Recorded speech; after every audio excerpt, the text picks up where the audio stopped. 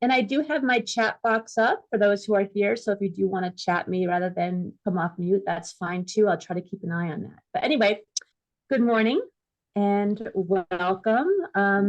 Thanks to Haley for inviting me here today. Haley, is there anything that you wanted to share before I jump in?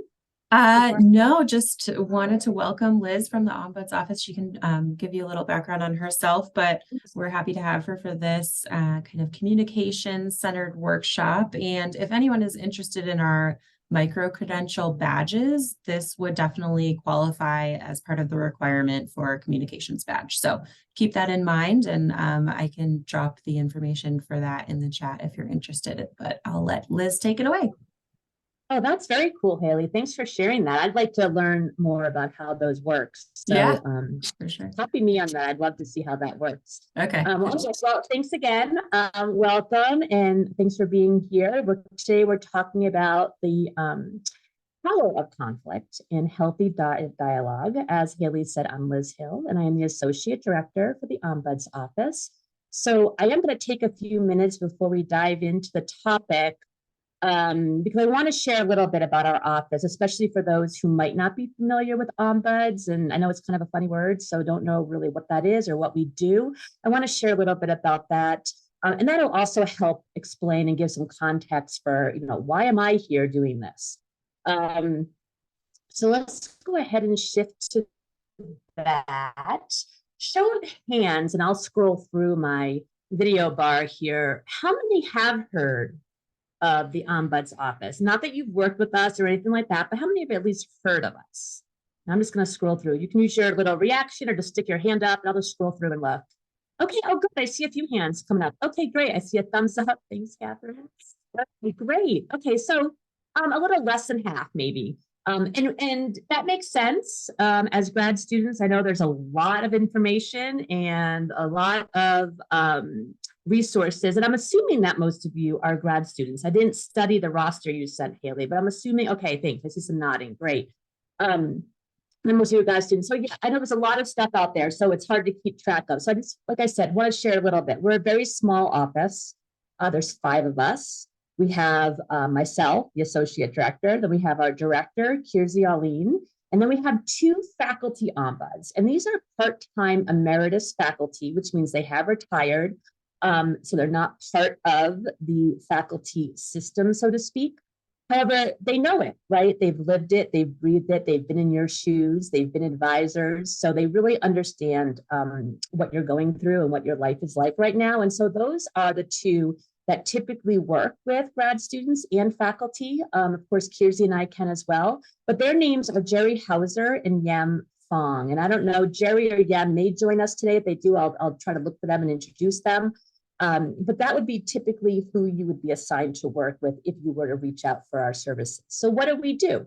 As organizational ombuds, we provide confidential, independent, informal, and impartial services to students, faculty, and staff. So we're kind of a unique resource in that we're not mandatory reporters. I'm sure you're familiar with that term. So we really can have candid conversations with folks regarding any university-related issue, concern, question. It can really be anything, so long as it involves a university in some respect.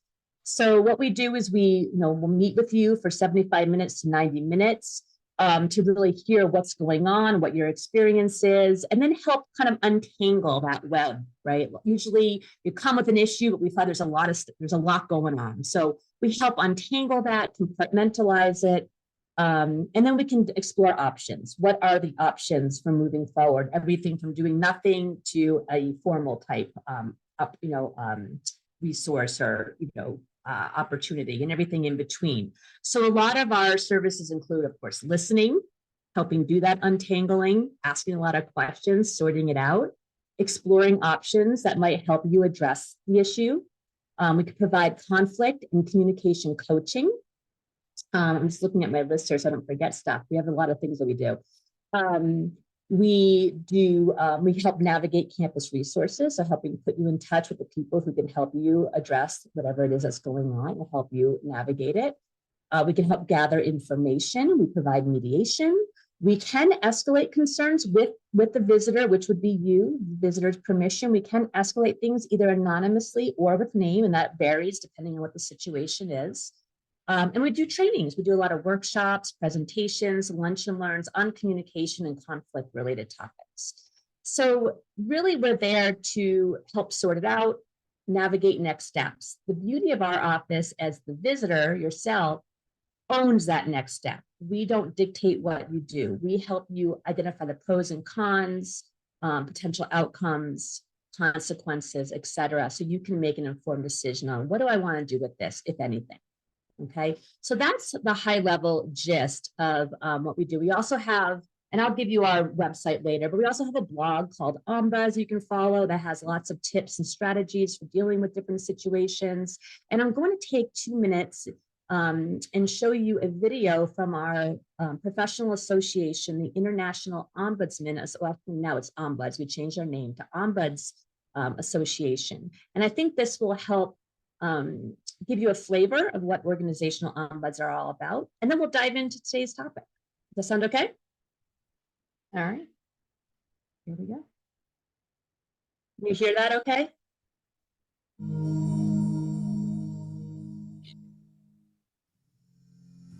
For decades, organizational ombuds have provided confidential, neutral, informal, and independent guidance to people and organizations worldwide. In an era increasingly defined by conflict and accelerated change, ombuds have an important service to offer. Who are ombuds? They are trusted navigators, engaged by people and organizations to inform critical decisions for a lasting and positive impact. An ombud serves as a safe, off-the-record resource for employees, students, faculty, managers, executives, and citizens seeking ways to identify and address workplace issues and other concerns. They use their unique skill set to help people develop options for addressing these issues, separate from, but often complementing the work of HR, legal, and compliance. Ombuds today understand that addressing a difficult issue is often the crucible through which individuals and organizations must pass before fairness, positive change, and progress can be achieved. The modern Ombuds empowers individuals to work through conflicts and concerns and helps organizations examine what did I do? Risks, strengthen culture, and address issues that stand in the way of achieving their goals. To that end, Ombuds facilitate a journey beyond the issue or conflict. Those they serve emerge transformed, empowered, and prepared to reach their full potential. For any organization in need of a trusted resource to help navigate today's complex social and work environments, the modern Ombuds is a transformative force toward more ethical, engaged, fair, and empowered organizations and communities around the world. To find out more about the value of the modern Ombud, any thoughts or questions about Ombuds before we move on to conflict and dialogue? I'm going to look around and see if I see any hands up. I don't see any. All right. So, and I don't want this to sound like doom and gloom, right? I'm not here to say, oh my gosh, you're going to have all these issues and we're here to help you. And as we're going to talk about today, the reality is as conflict happens, things are going to come up and you might want someone off the record, a safe space to have a conversation, just to kind of think through it as a sounding board or as a strategic partner, to really think about next steps. So that's our role. That's what we're here to do. And we're happy to help you if you need it. All right. So just know that we're here. So the focus of the rest of our time together is going to be handling difficult conversations. And the reality is most people spend years developing these skills. And so my goal today is to give you a few things that hopefully you can start using right away, some concrete skills that you can start using in your everyday life, personal, professional, school, educational, etc. And the concepts I'm sharing come from a course that we offer here on campus through the Organizational Employee Development, which you do have access to if you want to use it, called Crucial Conversations. And it's a workshop, it's a 16-hour workshop, and it helps people learn how to effectively engage in dialogue for purposes of addressing issues and concerns, and it's based on research, which is nice, right? You're all grad students, you understand that. It is based on social and behavioral research, so it's not someone's just good idea that they woke up with one morning.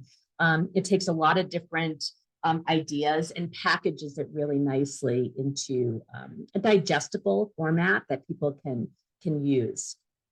So how many, and again, we don't have our poll feature set up today, but just a show of hands or reaction, how many have already taken the Crucial Conversations workshop on campus or somewhere else, or have read the book at some point in your life? I'm just going to roll through. Anyone? I don't see any hands. Okay, so this will be, so I see some more people join. Great, welcome. So a lot of what I'm sharing, may be new. My guess is you may have heard some of it in some form or fashion, maybe in other contexts or other courses or other workshops. But again, it's a lot of it is based on the same research, but then it's packaged differently. So I'm just trying to give it to you in a very digestible form today, in an effort to kind of, so that you can start using it immediately. So what is conflict? So this is our roadmap for today. First, we're going to talk about what conflict is. Then we're going to examine our motives and clarify our intentions, which is really important for any dialogue. Initiate, learn how to effectively initiate some difficult conversations. And then we'll have some practice scenarios that we'll work through, some together, and then time permitting, we'll use some breakout rooms and get you into smaller groups. So first, some hard truths about conflict. But let's take a pause. Let's define it. How are we even defining conflict? I mean, if you were to look up conflict online, you'd probably find a variety of different definitions. So for today's purposes, we're really looking at any situation in which the concerns or desires, maybe even the perspectives of one person differ from someone else, right? It's a difference. We have a different take on a situation. And the hard truth about conflict is that it is inevitable. And it's also neutral. So oftentimes we come to the table with a negative connotation or a negative idea of, oh, we're in conflict, it must be bad. So I'm here to challenge that thinking, if that is your thinking a little bit, and suggest that perhaps it's not conflict that's bad in and of itself. It's often how we handle the conflict that results in a negative, or what we might perceive or define to be a bad outcome. So that's what we're really trying to address, because we have control over it. We have control over how we handle it. So let's, do the best we can, right? So really how we handle it is what I would say is good or bad. So, rather than trying to eliminate conflict from our lives, and there are, of course, things we can do to reduce it and to maybe prevent some of it. But again, the reality is it's still going to happen. So rather than trying to just eliminate it altogether, today's focus and our energy is on how do we do it better, right? How do we deal with conflict better? And if we handle conflict better, we're going to feel more self-assured, we're going to accomplish more, and we're going to have less stress. Poorly handled conflict, on the other hand, puts us as individuals, right? And it negatively impacts our organizations, whether it's in our educational environments, maybe on our teams that we're working on, maybe it's in the workplace, maybe it's even, at home. So whatever that organization looks like for you, because it wastes time, right? It wastes time, it makes us less productive, it increases our stress, which isn't good for mental health or physical health. It harms our relationships and it erodes trust. Let's use the chat for a minute. I want to hear from you. What else can you think of? I've named a few things that I've learned and identified with poorly handled conflict. But what about you? What's your experience? Use the chat. So I mentioned wasting time, making us less productive, stress, relationships, trust. What else comes to mind when you've been in a situation where maybe a conflict was not handled so great? And let's give you a second to type that in. Anyone have any thoughts on that? Escalating emotions. Sure. Thanks, Haley. Yeah, we can get heightened emotions for sure. And we're going to talk about the emotional hijack and the amygdala hijack in just a moment. All right. So, and maybe I, captured too many, but I think you get the idea. Now, what about the flip side, right? If I were to say to you that handling conflict constructively is everyone's responsibility, What are some ways that you feel like you've handled it constructively? What are some things from your own experience? Go ahead and share those. And I see, thank you. Is it Taya? I don't know if I'm saying that right. Taya. Yeah, thank you. Yes, disrespect. Yes. And then the anger, the emotion that Haley's getting at. Exactly. Anything else you want to share on that? You can come off mute if you'd like.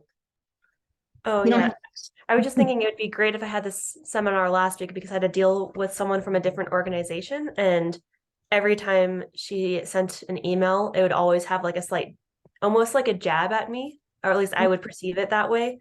And just completely disrespecting my abilities and like my expertise.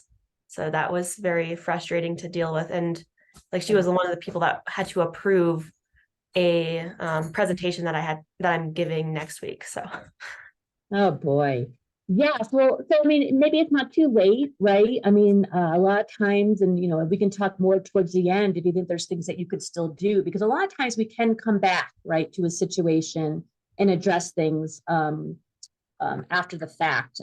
So it kind of depends on the situation, of course. But anyway, regardless, Taya, hopefully today you'll get some skills. So if those kinds of things come up in the future, you'll have a more confidence and more competence in addressing it directly on the spot. And then it looks like Carissa, let's see, I got to scroll up here a little bit, had a comment. Yes, further escalation as the conflict develops, right. Things fester, things escalate. That is true, especially when we go into, and we're not doing conflict styles today, but if we go into our avoidance style, there's different styles of handling conflict. Avoidance is one of them. And sometimes there's appropriate times to use it. And we talked about that in the fall at that workshop. So Haley might have that information, but oftentimes it's not the right answer, right? And it does allow for further escalation and further festering. So yes, thank you for sharing that. Okay, what else we have? Oh, no problem. Thanks for being here. And I have a hard time thinking logically in conflict. Yes, the times I do think, I usually, yes. Okay, so Cole, hold that thought, because you are totally on point for one of the items we're going to be discussing in just a few minutes, because what you're describing is the amygdala hijack, and we're going to talk about that. Inappropriately sized responses, yeah, so disproportionate, right? Responses and reactions are disproportionate to what's actually happening. That also we're going to talk about in the amygdala hijack. Sometimes, Miranda says, sometimes I will wait a little while before I address any conflict so I don't let my frustration and escalation emotions get. Yes. So that, Miranda, that's a great example of when avoidance, at least temporary avoidance, makes sense, because you want to let those emotions subside a bit before addressing it. And that's a great use. And oftentimes, and of course it varies depending on the situation, as we'll talk about with the amygdala, it takes about 90 seconds for that physiological transformation to begin happening, especially if we're feeling really heated. So great observations. All right, great. Let's keep going. Thanks for sharing all that.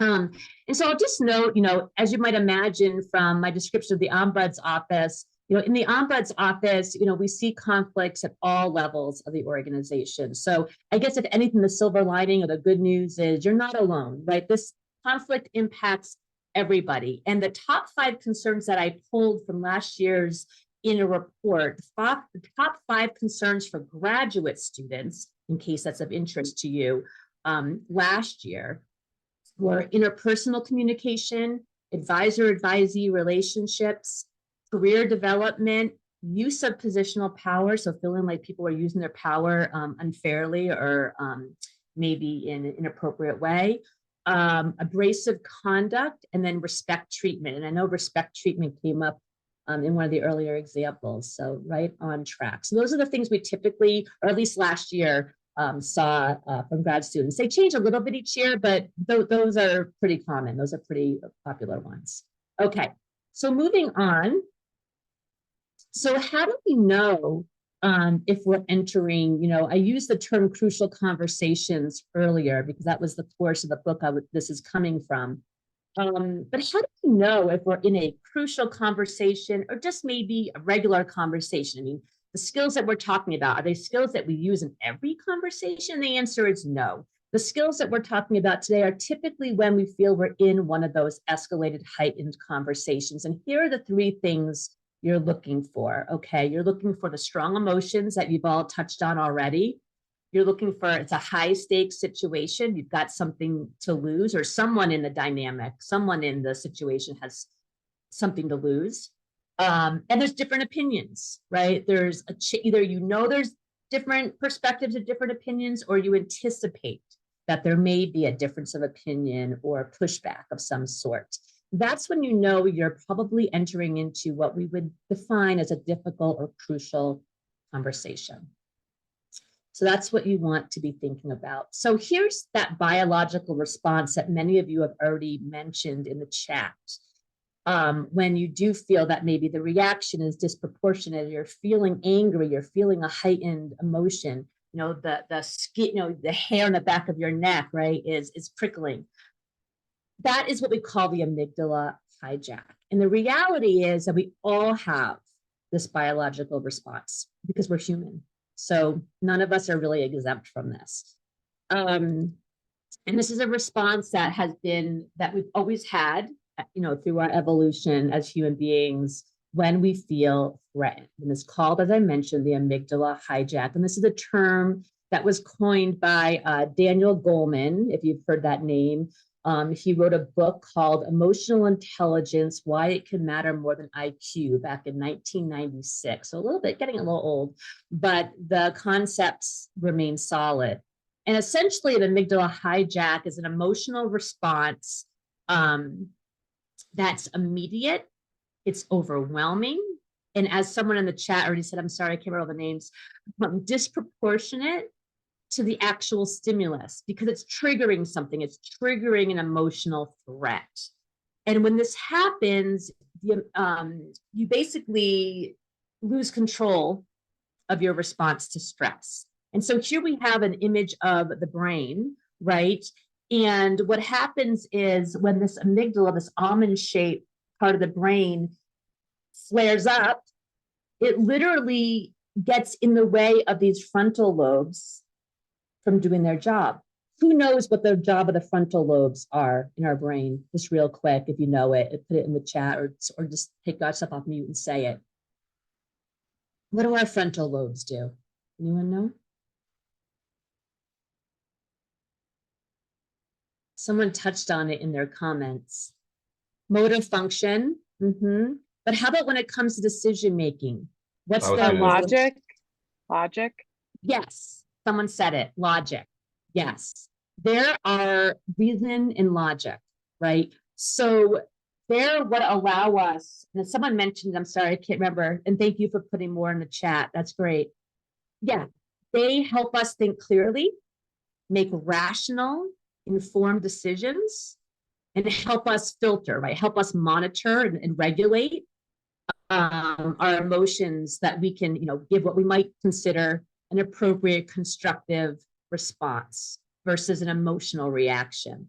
But what happens is when that amygdala flares up and we have this amygdala hijack, that frontal lobe can't do its job because the amygdala is basically taking control of that and not allowing us. And the reality is both can't work simultaneously. So when that amygdala is working, we are having those, that's when we see those emotional responses. So when you say, give yourself time to diffuse, that's exactly right. Give yourself a break, give yourself at least 90 seconds to allow that amygdala, right, to come down, to relax so that your frontal lobe can reactivate. And that's when you start making logical, reasonable decisions. Okay, so we'll talk a little bit more about that. So how do you know this is happening? Well, I'm guessing many of you, and go ahead and feel free to put them in the chat. Many of you know when this happens for you, when you have this physiological reaction, right? Typically, we feel it in ourselves because we can feel what's happening in our bodies. And in others, we see it. And I'm going to give some examples in a minute. So when it's happening for you, you feel it. When it's happening for others, you see it. So typically we will notice things, and like I said, feel free to share your own, but some of the typical signs we see in ourselves are going to be like increased heart rate, right? Maybe we start sweating, and people sweat in all different places, right? Maybe, you know, like palms, right? Or maybe your neck turns red. I've got a friend, when she gets elevated, it just like she turns a different shade. I get the heart rate. I get the ick in my stomach, that like kind of knot, that feel like a knot in my stomach. So I don't know. What are you? I mean, tell us what, you know, what kinds of signs do you see? Because that's important to start to recognize that in yourself, so that you know, yeah, the knot in the stomach, right? So that because if you can recognize, you know, knowledge is power, right? If we can first recognize it, then we can address it and deal with it. We know what's happening. We can give ourselves some time. In others, as I've already mentioned, you might notice things, right? You can't feel what they're feeling. And I see, oh, yes, thank you. Bernardita says tight jaw and clenching. Oh, and yes, and foggy headed. Yes. Face gets red. Yep. Very typical, right? What your experience is typical. So good that you know that's what happens for you, so you can recognize that. In other people, you might see things, right? The reddened face, maybe a change in their body language. Maybe they were like really, you know, attentive and smiling, and then all of a sudden they're like, right? You know, and a lot that takes, you know, there's a lot of reasons why people might do that, other than being emotionally elevated. And the more you know someone, the more you're going to pick up on those nuances and those mannerisms. But looking for changes in body language, facial expressions, behavioral changes. Maybe they raise their voice, or they start slamming their fists, right? So other physical signs or behaviors that you can observe. And feel free, share in the chat. You know, what are things that you've seen that tell you, oh boy, this person's having an emotional reaction. And Nick is saying frustration. So you're feeling frustration, but how do you know you're feeling frustration, Nick? You know what, like, is there a physical thing that you feel and say, oh, I'm getting frustrated? Some people cry. I'm not saying, Nick, that you cry, but, you know, like for me, when I get frustrated, I start tearing, I start crying. Miranda says things that she notices in others is they get quiet. Yeah. They just shut down. That would be kind of shutting down. Oftentimes when people are in these difficult situations or difficult conversations, or either, if it's not done well, right, they get defensive, it'll result either pushing back, right, really digging in, doubling down and getting heightened, or withdrawing and shutting down, constantly interrupting. Yep, thanks, Cole. Okay, let's keep going. So the message here is that the reality is, if we don't notice these things and we don't learn how to talk these things out, it is going to show up in people's behaviors, right? In some form or fashion, that people are going to start acting it out. So the first step, you know, so what can you do? Well, before we talk about some of the mental things we can do, let's talk about our breathing. And this is a whole other seminar, so we're not going to sit here and do breathing exercises, I promise. But, you know, stop, take a breath, you know, give yourself that 90 seconds. Really examine like what it is you want. Think big picture. You know, maybe it's just buying yourself some time. I'll give you an example. Taking a sip of water, right? Help give yourself a chance to breathe.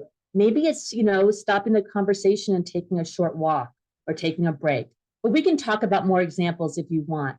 But what I'm getting at here is step one is taking the time to not only breathe, but also to start thinking about, in that moment, if possible, what do you really want? And this is where taking that step back, looking at the big picture is important.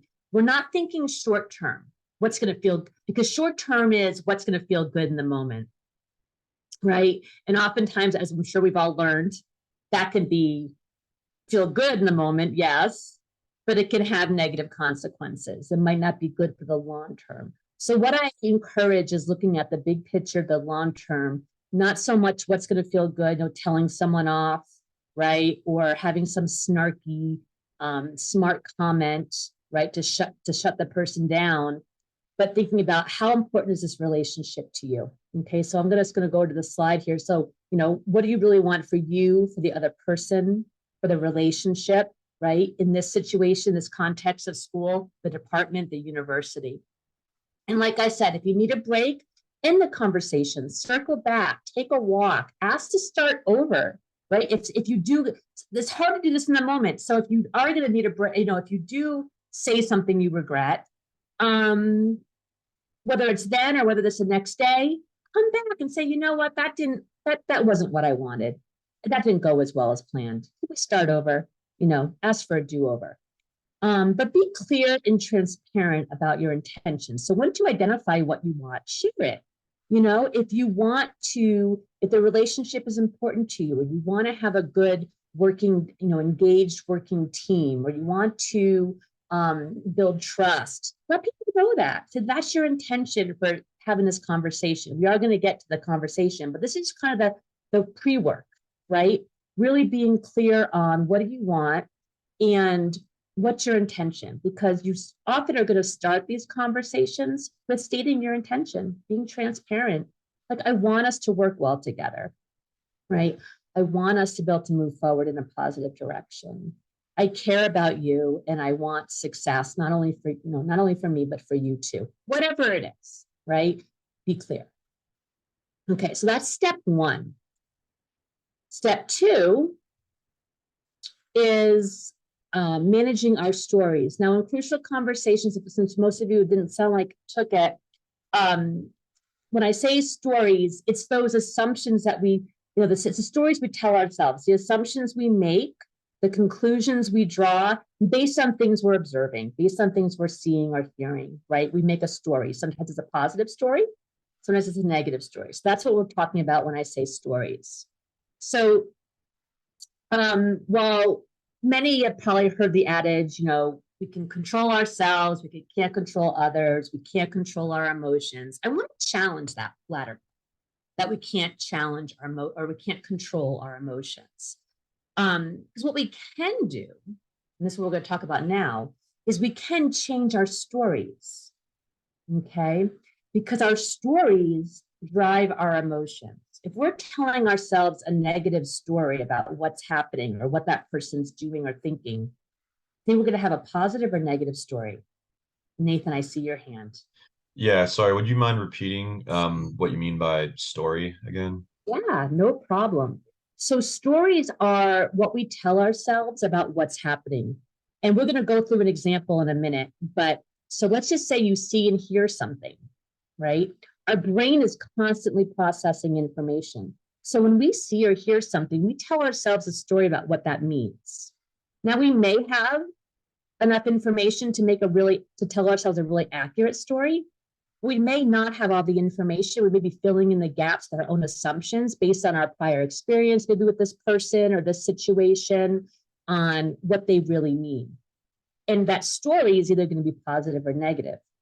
Now, whether that story is positive or negative is going to create our emotions, right? So what do you think, Nathan? If I'm telling myself, and we're, like I said, we're going to see an example here in 1 second. If I'm telling myself a negative story, how do you think I'm feeling? What's my emotion likely going to be? Probably also negative. Yeah, like I'm either maybe distrustful, angry, confused, sad. Depends on what story I'm telling myself. If I'm telling myself a good story, like, oh, they really care about me, they want what's best for me, and they're going to help me. Well, now how am I feeling? I'm feeling hopeful. Like, go ahead. Yeah, encouraged. Yeah. Yeah, hopeful, encouraged, to be happy, to be excited, right? So that's what I mean by stories. And like I said, let's play that out. I mean, I'm gonna be honest with you. This topic in and of itself is a half-day workshop. So you're getting really, so we're doing pretty high level here today, but I hopefully you'll get like the underlying message, the main point here. So what we want to talk about is when we can change our story, and we're going to talk about how we do that, that will result in a different emotion. Okay. And one of the ways we do that we're going to see here is separating facts from stories, what we know to be factually true and what we're just telling ourselves based on our own assumptions, right? And our own interpretation. Okay, as well as the 3 clever stories. And we're going to get to what those 3 clever stories are in just a minute. Okay, so let's see this. I'm gonna talk through this example, and I think it'll help illustrate, Nathan, what I'm talking about. So first you see or hear, okay? So let's say you're working on a report, and I'm totally making this up, so if it's not relevant, I apologize.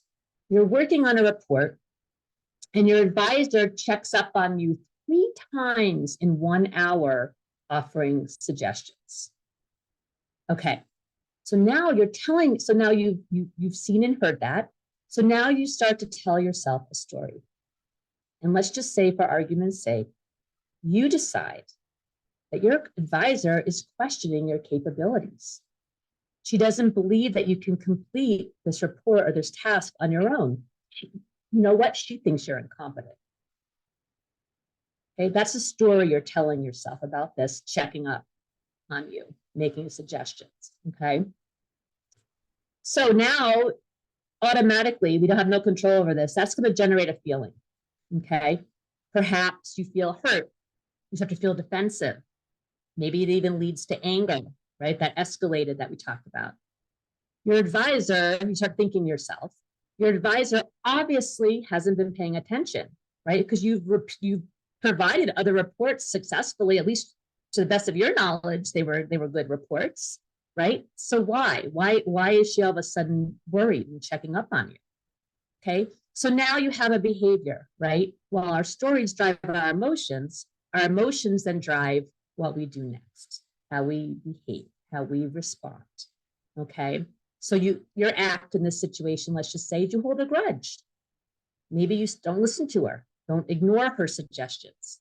Okay, so let me ask you this. What if we stopped telling that story? What if we retraced our, what we call the path to action, okay? Started separating what was actually happening, right? The actual occurrences from our story, our judgments about those actions, right? Or about those facts, okay? How might that change? Anyone have any thoughts? Like, how could we change that? And I don't expect you to know all this, but I'm just curious what you're thinking. I was thinking, I guess there's no evidence that she is questioning your capabilities. It could just be she was just thinking about that research topic and wanted to make suggestions. Excellent. Right. Anyone think of anything else? What else could be going on here that maybe we're missing?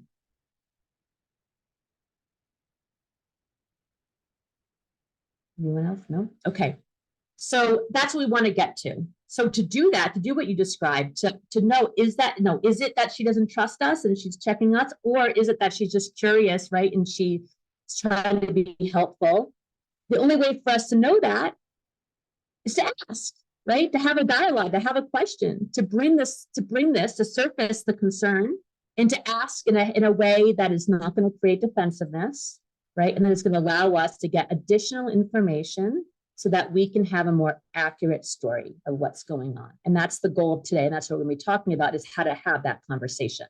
So, we also want to avoid, I'm just going to put this out there, I'm not going to talk much about it. And so thank you, Nick. So Nick says, yeah, maybe she is trying to be extra helpful. Exactly. But we don't know, right? We don't know. And a lot of this is going to be nuanced depending on your relationship with your advisor, maybe past things that have happened. That's all going to help influence the story you're telling yourself. Absolutely, right? We have to be real about that. But it's still up to us to check it, right? To be humble and confident, to check it. Like, hey, here's where I'm going with this. Is that right? And that's what we're going to be talking about. But I also just want to put out there the clever stories, because I mentioned them already.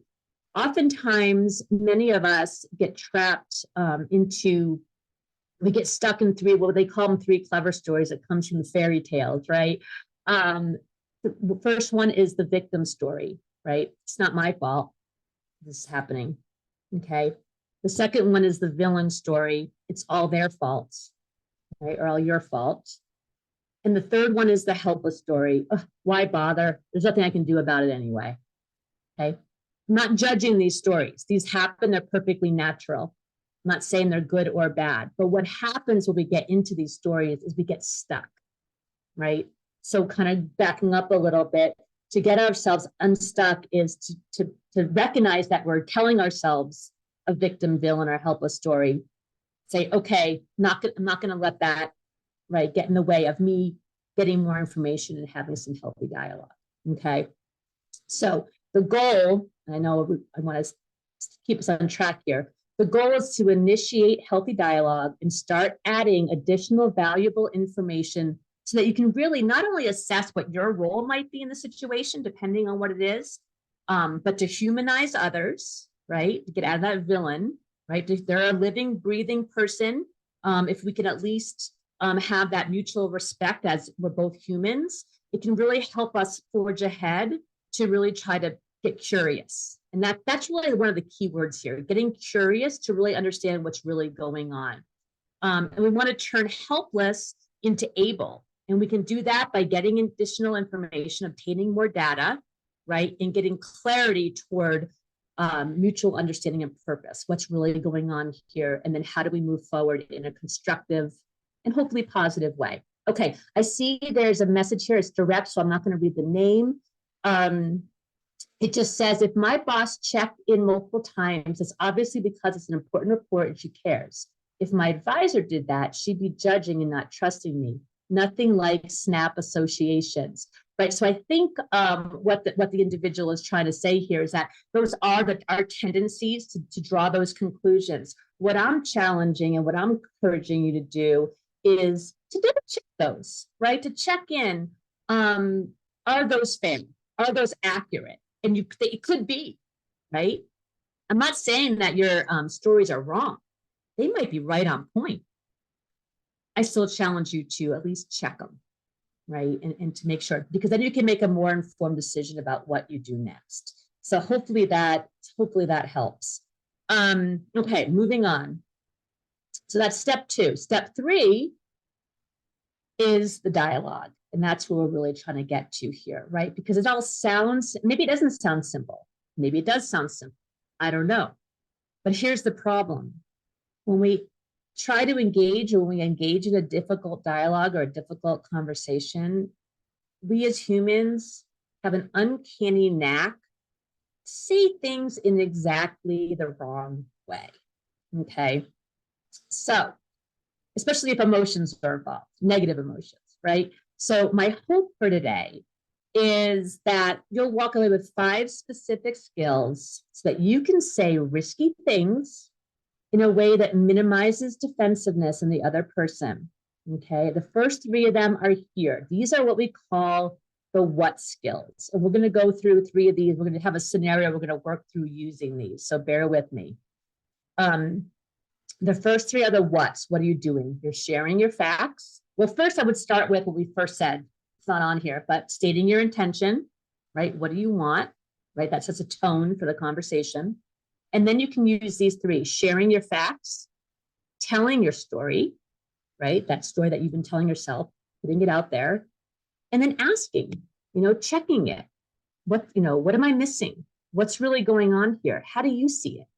What and how questions are often better than why, only because why questions, while good, can come across as they feel like an interrogation sometimes, and it might put someone on the defensive, when that's really your goal, is to not put them on the defensive. So asking how and what is usually a little safer, and also allows, because it's so open-ended, allows the person to really fill in the blanks. Okay, so let's go through each of these. Can I get a volunteer? I'm sure you're tired of listening to me. Can I get a volunteer to read the scenario? And then we're gonna practice those first 3 with this. Anyone?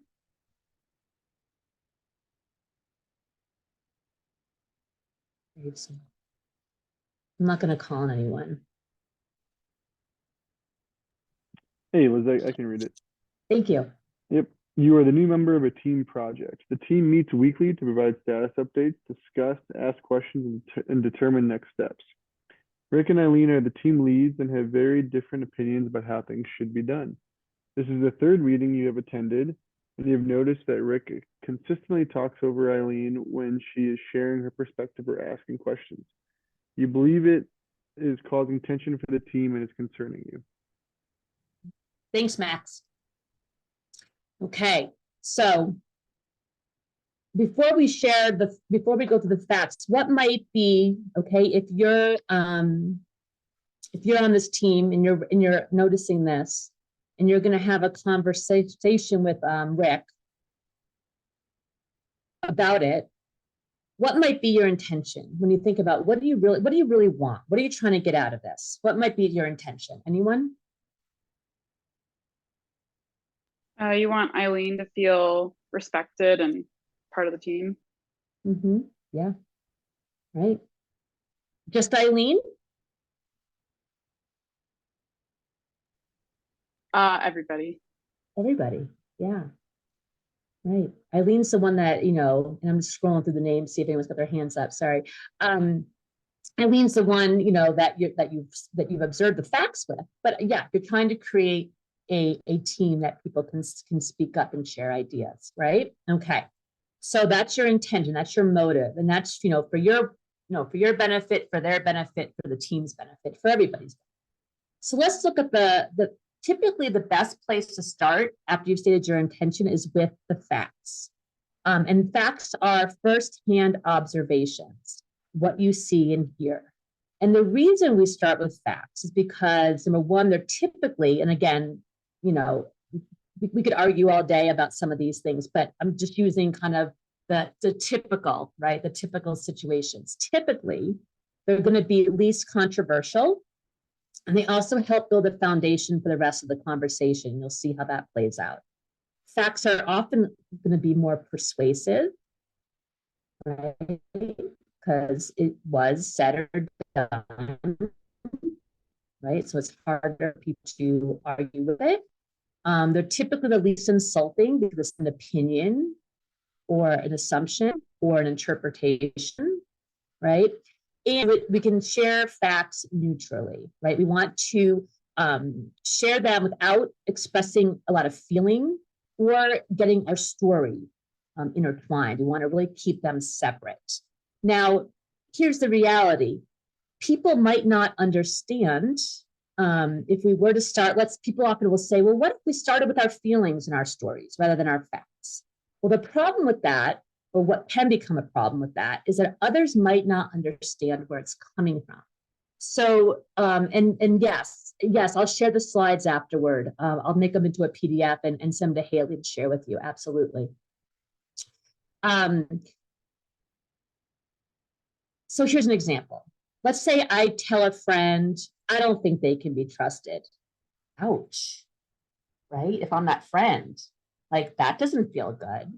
And then I'm getting defensive, right? As the friend, I'm like thinking, what? Where is this coming from? Like, why? You're my friend. Why are you telling me I can't be trusted, right? That can be a normal response if someone starts with their stories, because they might not understand, why am I drawing, that conclusion? So if I first explain the facts or what has happened that have led me to the conclusion that I can't trust him or her, that helps, right? Helps provide clarity. Because if people get defensive, they often, like we talked about earlier, push back or shut down. They can no longer hear what you're saying. So you're trying to engage in dialogue in a sequence, if you will, that allows them to stay engaged and doesn't cause them, to shut down on you. Okay.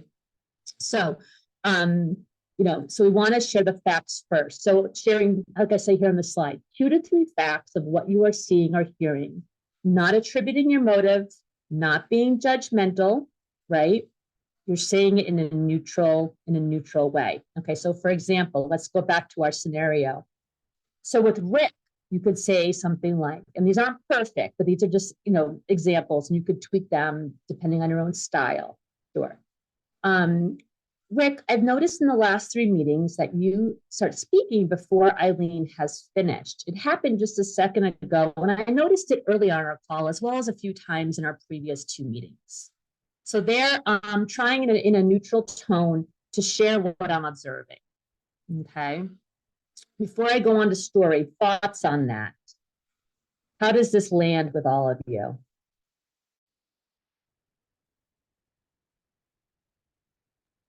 I would say, I guess as somebody who does probably tend to get too defensive, I'm seeing a potential where Rick might say something like, either I didn't notice or I didn't interpret it that way. Like facts can be facts, but like the other person is not noticing that fact, it's kind of hard to engage with them from the standpoint of that fact, because then it I don't know, in a weird sort of way, it does kind of become interpretational, because if they're not noticing facts, then facts are kind of hard to base your conversation. No, that's fair. That's fair, Nathan. Thanks for sharing that. And I could see that happening here too. I could definitely see that as a possible outcome. And hopefully, when you tell your story, which we're going to do next, it helps Rick realize that even if he's not noticing it, if this is a perception or being known by at least you, right, maybe others, it might be something he wants to think about, right? And you're trying to do it in a way where Rick can save face, or even if Rick is like, oh wow, I don't think I do that. Okay, yeah, fair. Like, I'm not here to debate that with you. Here's but here's what I'm noticing, right? Or what I noticed, right or wrong, and here's the impact, because really what you're trying to get to is the story, which is the impact that's having on the team. And if Rick isn't aware of it, it allows him to do a little bit of reflection and brainstorm ways to overcome this perception, without him having to say, having him to necessarily agree that that's what he was doing, but to at least recognize that that's what others are noticing or what others are thinking and how it's impacting them. So I mean, but you're right. I mean, these are not foolproof, right? I mean, this is a technique. It's a skill set, it's a strategy. Is it going to work 100% of the time? No, right? Things may backfire. And then you might have to redirect, right? Change course and how you handle it. But let's keep going with this example, but thank you for sharing that. Okay, so this is your facts. Okay, so now you need to tell, and hopefully before Rick has a change, you're not really, this isn't really a back and forth yet. This is just you delivering, you initiating the conversation. So you've shared your facts, then you're going to tell your story. And the story is what paints the picture. This is the why. This is the why the facts are important, right? The story explains what the concern is, what the impact is. It leads me to think, or it makes me wonder, or let's see what I'm sorry, I'm blanking on some other examples. We'll get to them, but you're saying it in a way. The point here is we're going to talk about the humility, because you're not telling your story as a fact. You're not saying this is the end all be all. This is what it is. This is your interpretation. So you're sharing it in a way that's like, this is what it's leading me to believe. Maybe I'm off base here. Maybe I'm wrong. That's why I'm coming to you to have this conversation, because the next step that we're going to get to is the ask, right? You're going to ask for their take on it, their input. And that's where the Rick will be able to share how they see it, right? And that's a really important part of the conversation, okay? So continuing on with our Rick and Eileen scenario, what might this look like? This might look like, saying something after you've shared your facts of, as a new team member, I'm not able to hear Eileen's full perspective. I'm also worried that if I share similar opinions as Eileen, you might speak before I'm finished as well. So you're sharing the impact it's having on you, and then asking Rick, right? How does he see it?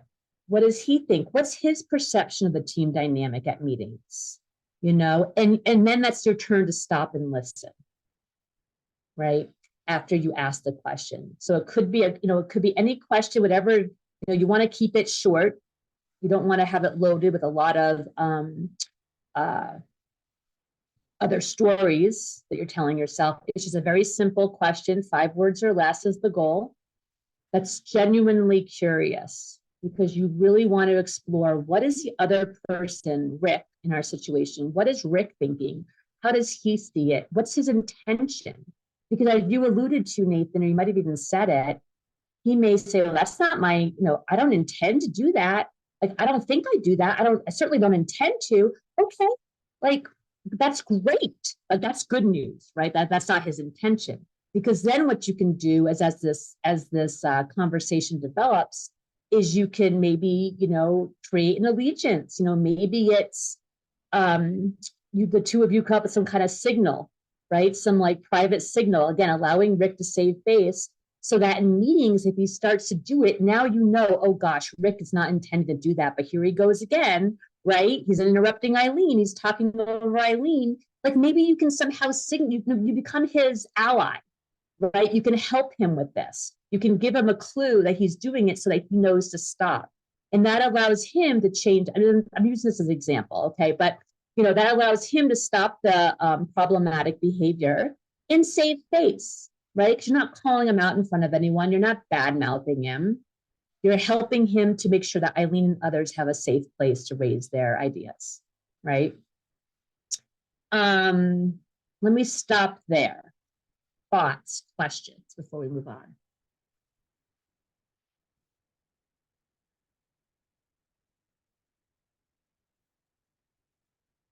And I can't see all the slides, so feel free to just unmute and jump in.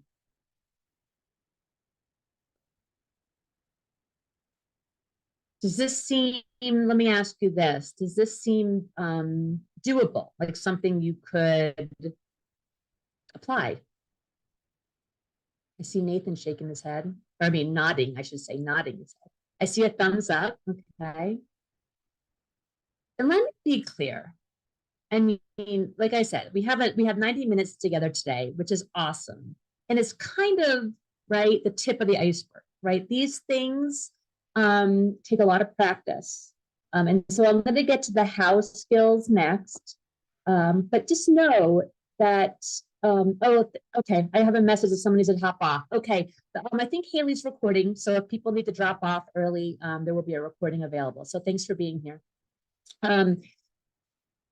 It takes practice. So, practicing with low-hanging fruit.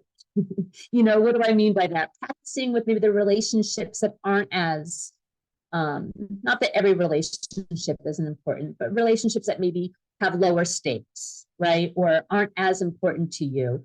Maybe, even those who are important to you, family members who trust you and know that you have their best interests at heart.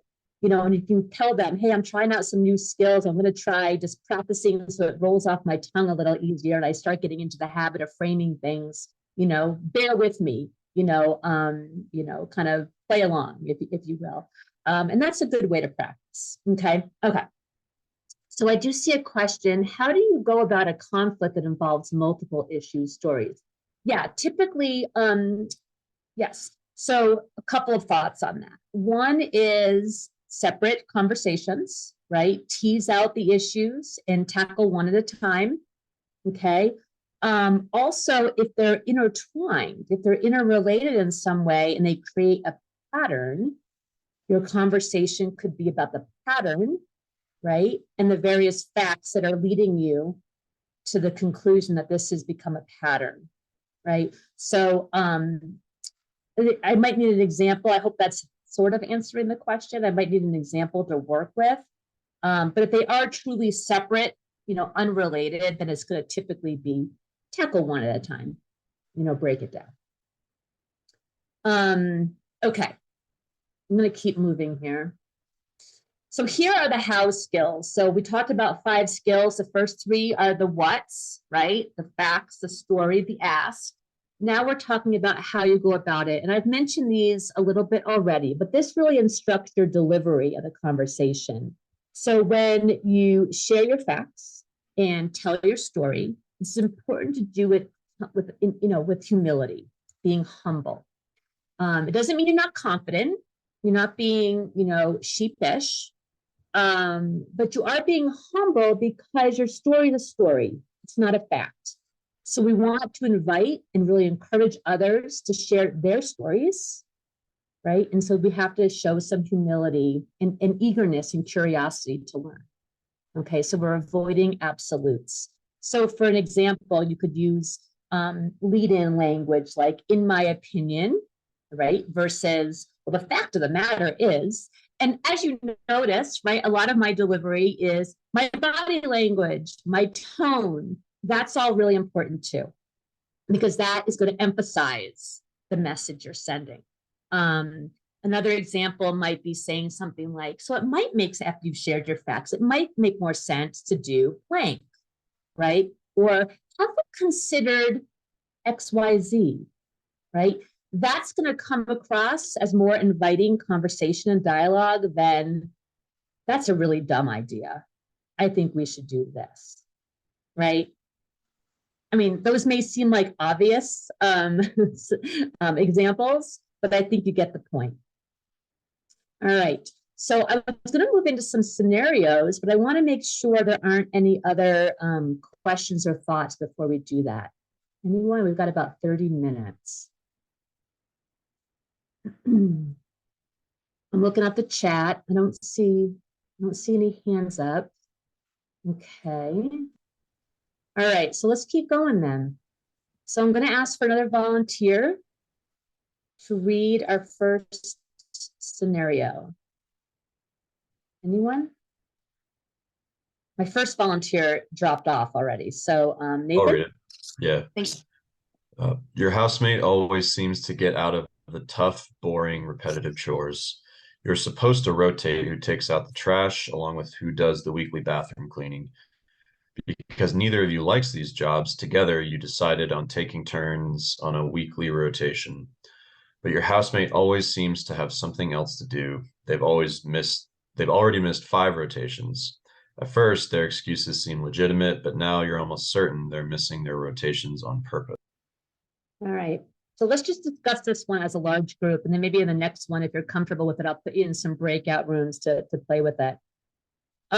So all together here, and feel free to just unmute yourself and jump right in, because I can't see all the video squares for raised hands. What might you want in this situation? What might be your underlying motive or intention here? Anyone? You want the original agreement to be followed. Mm-hmm. Okay, so you want the agreement followed.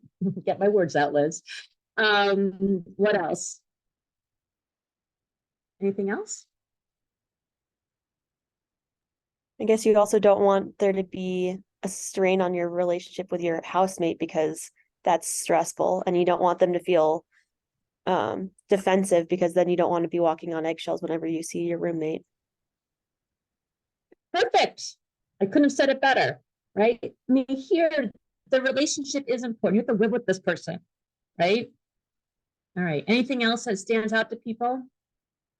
So far we've got the relationship. We want to maintain a positive, healthy relationship with our roommate, our housemate, and we want our housemate to live up to the expectations we set, right? We want them to adhere to the agreement we made, right? Okay. Well, and you also want like a nice space to live in, because if they don't follow through on cleaning the bathroom and you don't want to, then your house is going to start to not I love that. Nice. Yeah, right. You want to live in a tidy, clean environment, right? For your own sanity, right? Right. That's excellent. Anything else come to mind? Okay. So that's the reason we do that, is because that's really going to help inform how we approach this. Like if we know those are the things that are important to us, and that's what we want. Number one, it helps us frame our intention for the conversation to be, like I said, transparent with our housemate on why we're bringing this up, why we're bringing it to them. It helps the stage of this isn't a you against me. I'm not looking for a fight. I'm looking to have a conversation because I care about not only these issues, but I care about you. I care about our relationship. Okay. So that is a good thing to have really at the forefront of our mind, so that if the conversation kind of goes off the rails or it gets heightened and gets like, emotions starts to get a little bit more aggressive, it helps remind us to take that step back, take that breath, and really remember, why are we doing this? We're doing this because we care about this relationship and this person, right? Okay. So what might be the facts that we would start our dialogue with? What are some of the things you can extract from there?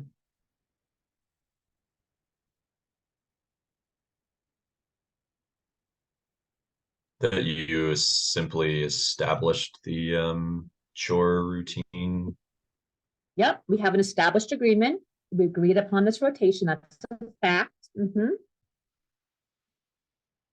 What else?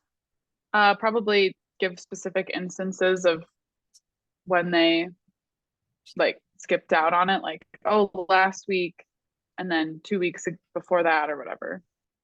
Yep, you can probably, and I'm looking over here on my other screen because it's bigger, I can read it, but it says they've already missed the 5 rotations, right? So I'm guessing you can probably more or less tell them, right? Walk them through, what you've noticed. You've noticed they've missed 5 on this day, on this day, on this week. Okay. All right. So I think those are good, right? You've got at least 2 facts that you can start with. So what's the story? And it's in there, but what's the story that at least the person in this scenario is thinking?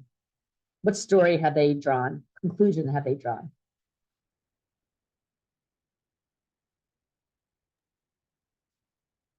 It makes me feel that you are finding excuses to miss your rotations because this has become a pattern. Right. It's a pattern. Exactly. You've identified a pattern because it's 5. Usually anything more than 3 is a pattern or trend. So you recognize a pattern and you're starting to wonder if it's intentional. At first it seemed like things hey, life happens, right? We're not perfect. We miss stuff. Got it. 5 times, starting to feel intentional, right? It's hard to feel. So that's the story. All right.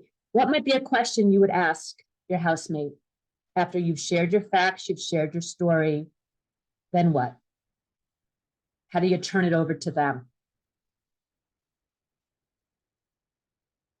Ask them what their perspective is. Yeah. What's going on? What's going on? Help me understand. Like, again, you're doing it in a way of, so when I see 5 missed rotations, I'll be honest with you, housemate, my head starts to go to, she's intentionally trying to get out of this. I don't want to think that. I'm hoping I'm wrong. What's going on? Right? And then let that person, then you just stop and let that person really fill in the blanks. It could go in many different directions, right? It could be, oh my gosh, you're right. I haven't been paying attention. I totally blew it. I'm so sorry. Let's get this back on track. Well, that would be a great outcome, right? Or it could be, yeah, you're right. I just really hate doing that stuff and I've been avoiding it. Okay, so now you have more information to work with. That conversation might go into, maybe you reassess the agreement, maybe you renegotiate because you want everyone to feel good about living. And I see you. Yeah, go ahead.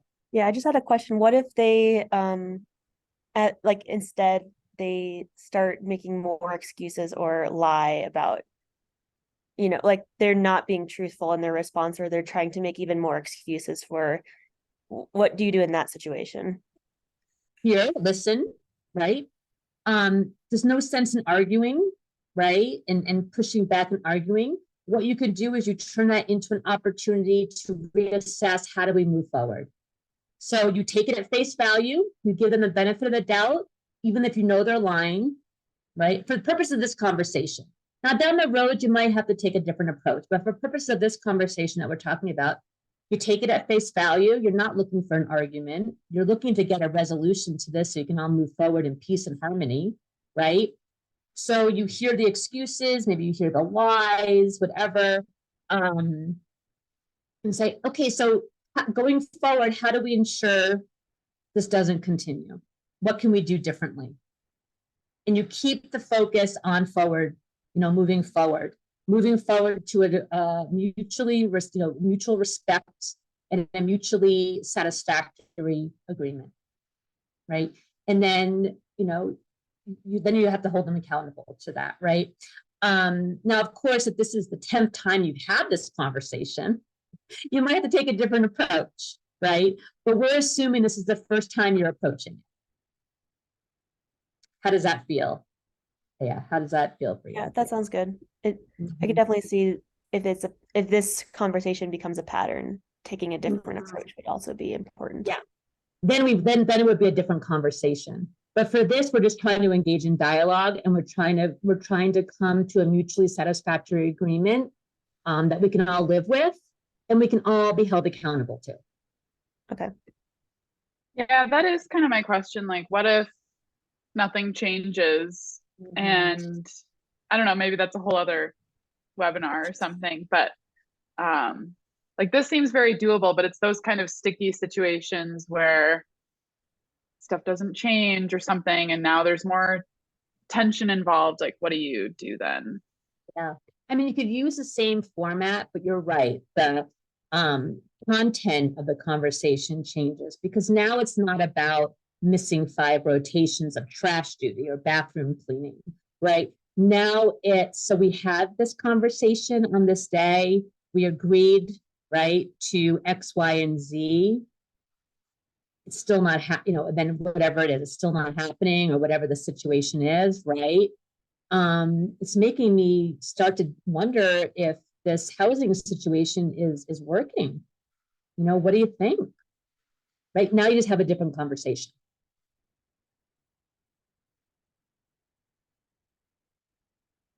Okay. So my thought was, and it's up to all of you, how many people do we have in the room right now? I see there's probably about, so we can just stay together and work through another one together, or I can put you in breakout rooms. Any preferences?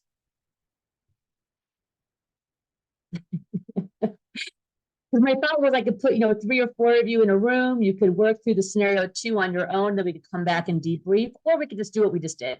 I think together is fine because it's a small group. It is a small enough group, I think. I would agree. Okay, great. And that saves me the hassle of trying to get the breakout rooms together. So thank you for that. All right. And plus for the recording, it would be good because then people can hear our conversation, right, a little bit better. Okay. But I do want to volunteer to read the scenario. So who's going to do that? I can do it. Thank you. You're preparing for your next one-to-one with advisor Sue to discuss spring graduation. Excited about the prospect of successfully completing your master's in 2 years, you've outlined your credits, courses, and prepared a status update on your thesis.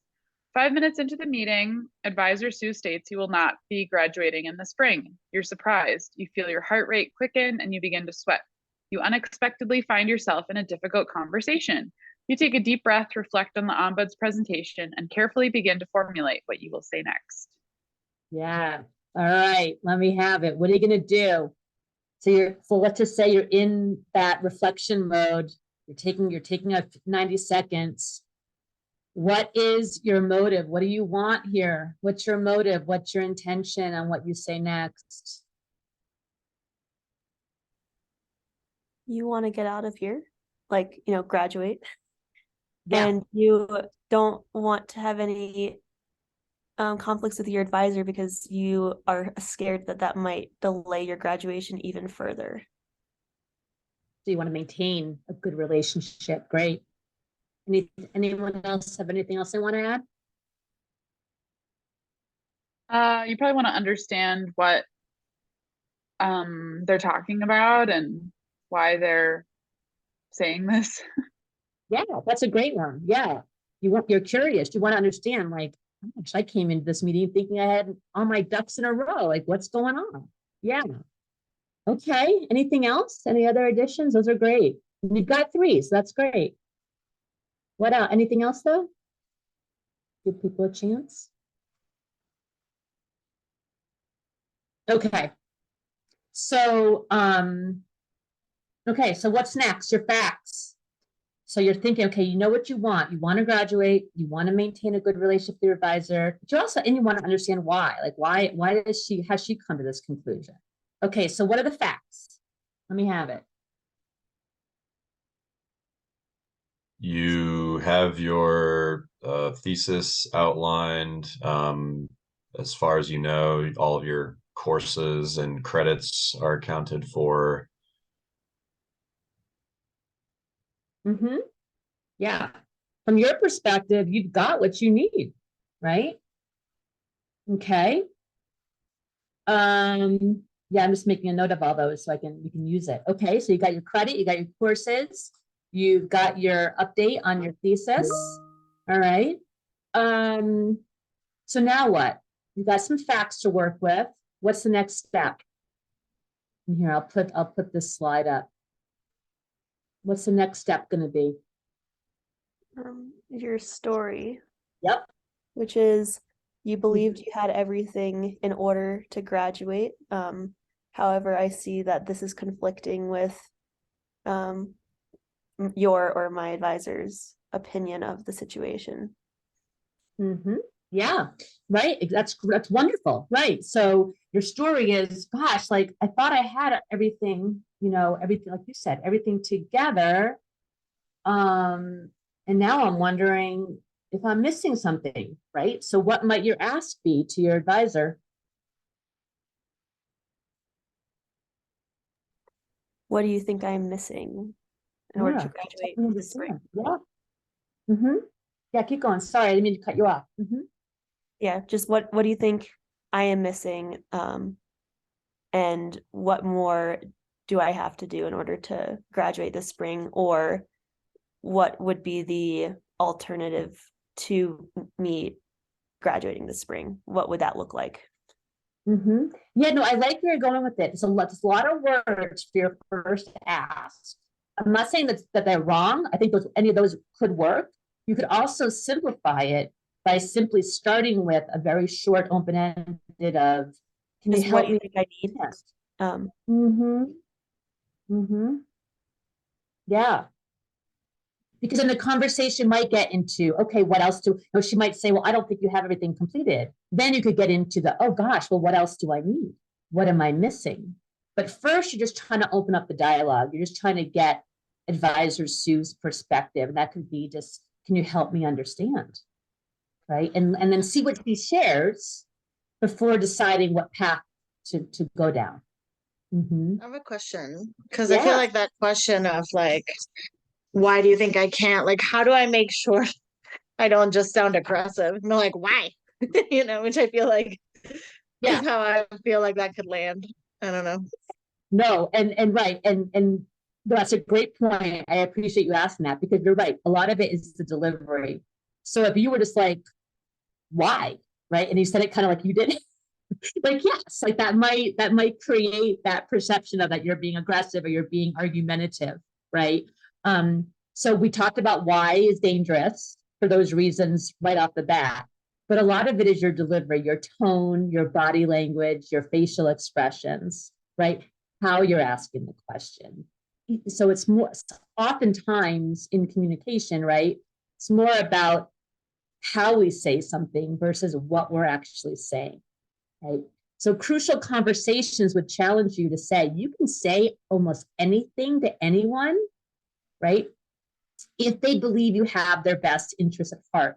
And in this situation, you've got a relationship. So how you deliver your question will support, advisor, will help advisor Sue believe that you're just trying to understand. You're being curious. You're trying to understand what's happening and what needs to be done or what you've missed. Right, versus any kind of an accusation against her that she's wrong, right, or that she's just dumb and doesn't get it. I mean, I'm being facetious, but you know what I mean. So keeping in mind, so that's also part of the mantra to keep in mind, is it's not about right and wrong. This conversation, right? This conversation is not about right and wrong. We're not looking to place blame. We're not looking to come out being right. We're trying to make sure we have all the information and we're understanding the situation so that we can decide where to take the conversation. Okay. I have a question that kind of goes back to my conflict on Monday. So the person I was having this conflict with, she never turns her video on. So it's very difficult to understand what she's thinking or how she's thinking. For this conversation, at least, I didn't have to have my video on either, so I felt like we were on the same playing field. But how do you keep your emotions at bay or from fizzing up when there's almost the insulting language being thrown at you? Yes. So a couple of thoughts. I have so many thoughts. I'm trying to organize my thoughts. Give me a second. The first thing when you say with the video, you could request. You could almost use this format to address the video scenario situation, right? To say, I really want to make sure we can have a fruitful conversation. As you might know, so and so, 80 whatever percent of communication, or maybe it's even 90 something, I can't remember anymore, of communication is body language. I'm starting to wonder if maybe having our videos off is really not helping us, right? In these more challenging conversations. What do you think? Right? So you could almost use this to address the video piece in and of itself, right? Because if you feel the video would have been helpful to like read expressions and be able to see each other, that might be something you address. If you don't care and you want to keep your videos off and just do it voice to audio only, then it's more challenging because you don't have as much information, right? Information is power. That should be an underlying message in all of this, right? Information is power, and that includes not only what's being said, but how that person is showing up. Because remember back on the slide when we talked about the signs we watch for to see if people are getting elevated? If you don't have your video on or you're not in person, you're going to miss all those. All you have now is voice. Now, some people can tell you a lot, right? By what's coming out of their mouth and how it's coming out of their mouth. People, you need more visual clues. Yeah, I think for this conversation, I used not having my video on as a way that I could not worry about my body language. So my tone of voice was more amicable because I was able to vent using my body language during the conversation, which would not be healthy in having conversations with most people. However, everyone that I have talked to has never had an easy conversation with this person. So, wow. Yeah. Right. So no, I get it. And what you're describing is a great example of you have to use your discretion and judgment, right? Every situation's different. Every relationship's different. Every person you're dealing with is different. So you're going to have to make judgment calls. So it sounds like in this case, given the information you had, you made a judgment call.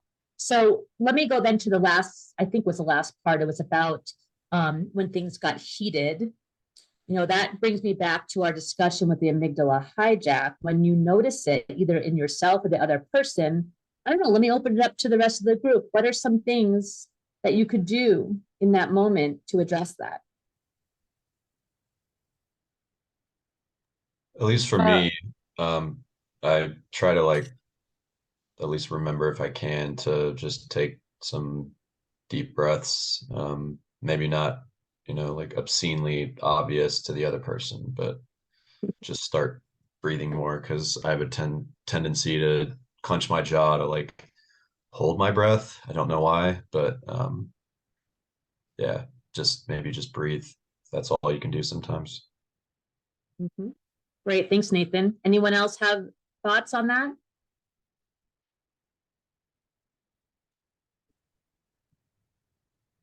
Yeah, for me, at least on Monday, because I didn't have my video camera on, I was doing a lot of vent texting during it was like an over an hour long conversation. Yeah. So vent texting, and then just trying not to take anything personally, because I know that this is how she just is. I'm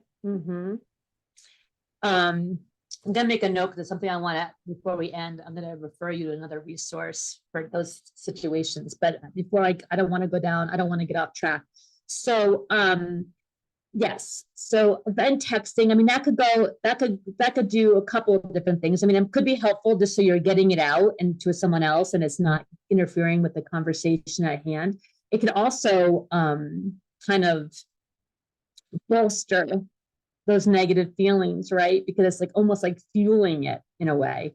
Yeah. So I don't know how that worked out for you. I think it helped me get through the hour, and then I just went on a walk afterwards just to decompress. And then I had a conversation with my manager who was also on the call, and we laughed about it. Humor, okay, that's a whole other webinar. but like humor can be so therapeutic, right? Having a good laugh, using humor can really help not only diffuse tension, but also if used appropriately, and that's, like I said, a whole different conversation and webinar, but can actually help gosh, what's the word I'm looking for? Help handle conflicts effectively. It can really help resolve conflicts. So good on you for using humor after for yourself. What about, and we can move on, but in this situation, I want to think about, like, what about if you had, and I don't know the time urgency of this conversation, tabling it, being transparent. I'm really starting to this conversation. I'm really noticing that I'm getting upset.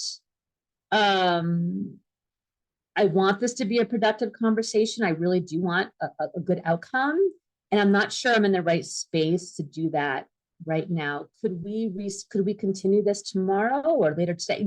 Buy yourself some time to continue.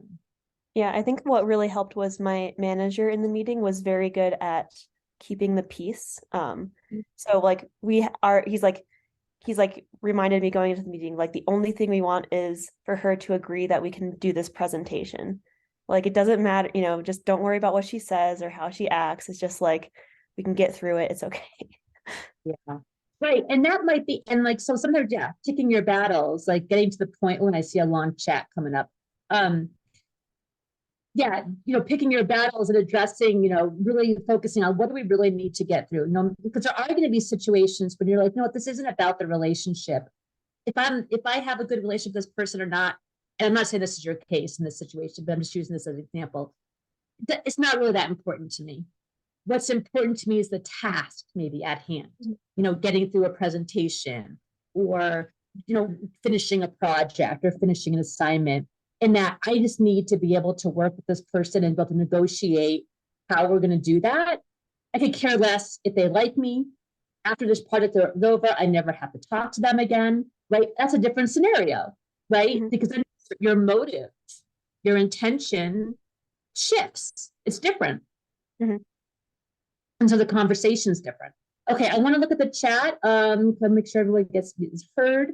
So when you apply these tools with personal relationships, do you have tips for dealing with resistant folks who refuse to end a conversation when you're trying to draw a boundary because you're reactive at the moment and it'll be better to take a pause and reconvene?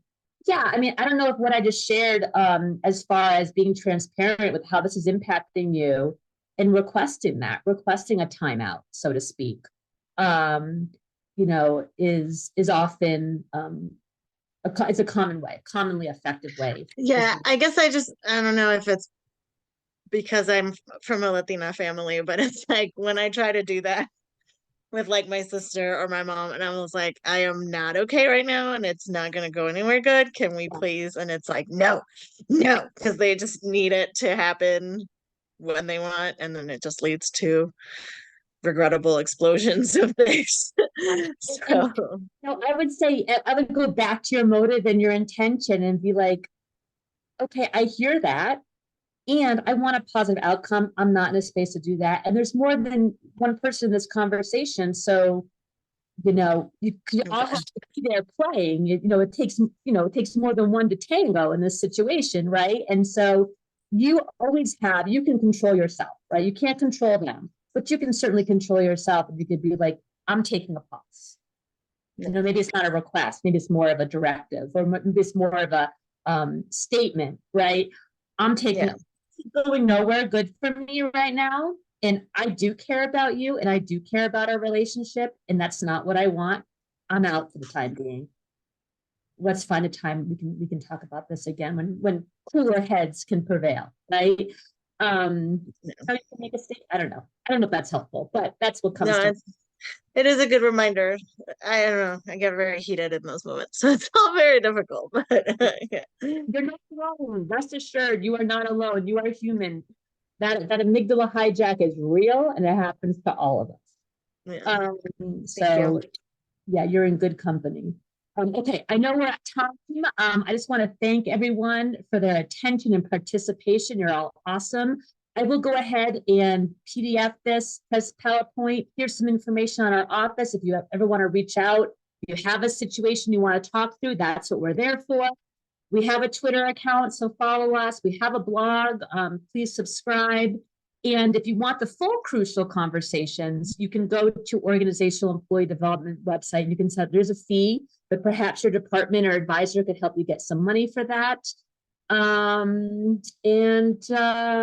website. So our website has a bunch of, we have a resource tab, feel free to scroll through there for other tips, strategies, other things. So stop. Final questions, thoughts?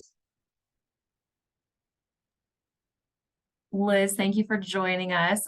Nathan, I just saw your comment in the chat. I wanted to let you guys or give a shout out that we will be having another presentation from a faculty ombuds, Jerry Hauser, that Liz mentioned earlier. That will be taking place on February 15th.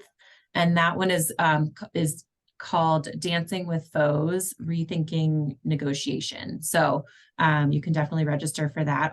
When I send the slides out, I'll include a link to that. So yeah, if you're interested, we'd love to have you join us. And again, thank you, Liz, for putting on this awesome workshop. Having me.